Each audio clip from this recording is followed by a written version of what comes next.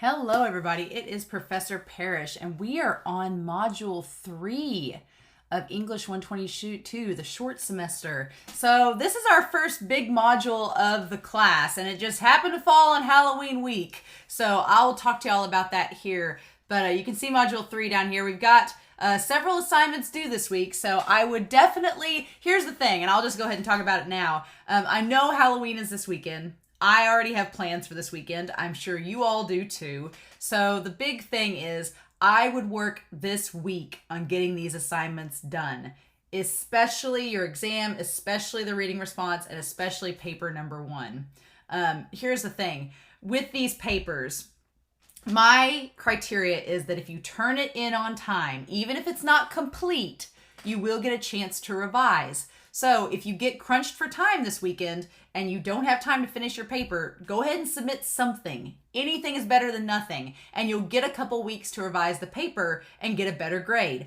But if you do not turn in this paper 1 draft, you will get a 0 and you do not get a chance to revise. It's an all or nothing thing. So on this paper 1 draft, make sure that you submit it on time by this Sunday at 11:59. Now, if you do submit it on time, you'll have a chance to revise, and those revisions aren't due until November 14th. So you'll have a couple weeks to revise and add on to your paper. But you'll receive a 0 if you don't turn it in. And there's no exceptions on this. You've had 3 weeks to work on this paper. There's no reason why you shouldn't have it done. And it's only 3 pages minimum. So make sure that you have it done and submit it early if you can to try to get a better grade. Or at least submit it to have a grade. All right? So going back to our module here, let's go ahead and click on Module 3 and talk about it.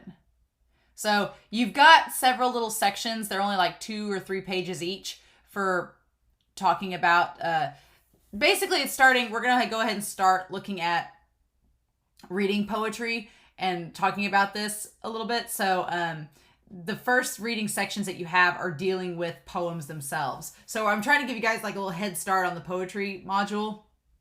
But if you get to them this weekend, these readings just talk about how to read a poem, listening to the voice of the poem. Like the voice basically is, we'll talk about this in the upcoming modules, but poetry is much different read than it is heard aloud. And so we'll talk about that. But listening to the words, imagery, figures of speech, and then writing about a poem. So there's some sections on that. I'll talk about paper 2 next week. But if you want to go ahead and look at the guidelines, they're right here. You can go ahead and check them out, but we're not going to talk about paper 2 in full until next week. You got to get paper 1 done first, right? And then the assignments are listed here too that are due by Sunday. So the discussion forum this week is basically introducing us into poetry as well. We've rounded out fiction and now we're going to start with poetry. So like I said, it is different to read a poem than it is to hear a poem. So what I'd like for you to do is go ahead and go to this website, Poetry Out Loud, and I'll show you all what it looks like. And you can see there's different poems here, right? So I want you to pick one of these poems. They're only about 1 minute to 3 minutes long. They're pretty short, but pick like Hope is a Thing with Feathers, and David Henry Hwang reads it aloud. And so you can click this little button here, and you can hear it spoken aloud. See? So that's kind of the thing. And then there's Robert Frost on here. There's some that are read like Sonnet 55 is read by James Earl Jones, who's the voice of Darth Vader. So that's pretty cool. Alyssa Milano reads some songs. There's different ones. Alfred Molina, Doc Ock from Spider-Man reads some. Angela Lansbury, I love her. She reads Dover Beach. There's just some really cool poems. But you can scroll through here. But I want you to pick, for the discussion forum, I want you to pick one of those poems, listen to it, and then answer these questions below about it. Which poem did you choose and why? After reading the poem versus hearing it spoken, what was the biggest difference?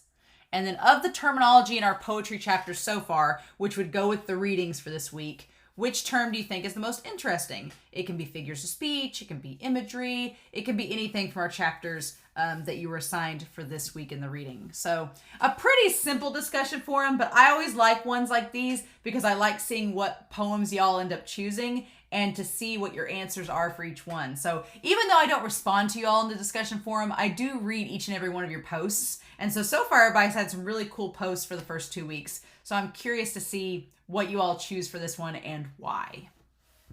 So that's the discussion forum. So the other thing is your reading response and the fiction exam. So the reading response is choosing some poems from our textbook, and they can be pretty short poems. They can be haikus, they can be like one verse poems, but I want to know there's 4 poems I want you to choose from in our book. And then based on the terminology, which term fits each poem best and why, which poem's your favorite and which is your least favorite and why. So your answers don't have to be crazy long. Your reading responses are just a page in length minimum after all. So, but I do want to know, I want you to explore our textbook and look at some poems and kind of explain to me why you liked those 4 poems and which term best fits them.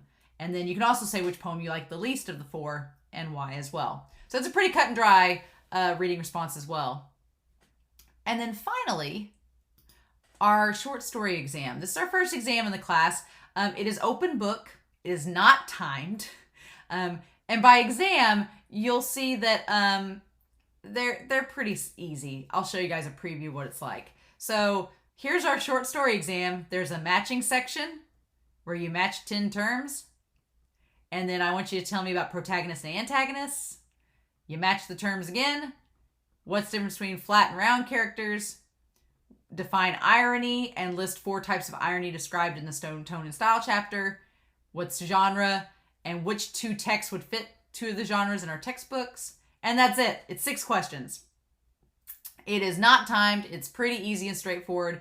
You have as much time as you want to complete it. You just got to get it done by Halloween. That's pretty much it.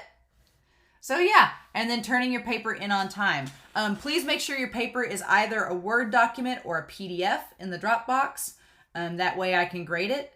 But if you have any questions, please let me know. Like I said, this week, I know Halloween weekend, people usually have plans, whether family and kids or whether you're doing stuff. So try to work this week to get these assignments done. Because like I said, I don't do late assignments. So make sure that you're getting these assignments done on time. And then, as always, if you haven't done the assignments for Module 2, make sure that you do those as well because they're due this weekend. So I will be getting back to you about your Paper 1 thesis. I know it's a very short turnaround, but this is a fast class. But I will get back to you about your thesis and outlines either Monday or Tuesday at the latest. All right, but you should hear back from me very soon about those. All right? So if you have any questions, let me know. Otherwise, I'm always able to answer emails. Like I said, I do have plans Saturday and Sunday this weekend, so try to email me before Friday if you have any questions. But otherwise, I hope you have a wonderful week. Please have a happy and safe Halloween, and I'll talk to you all again next week with Module 4 of English 122. Bye.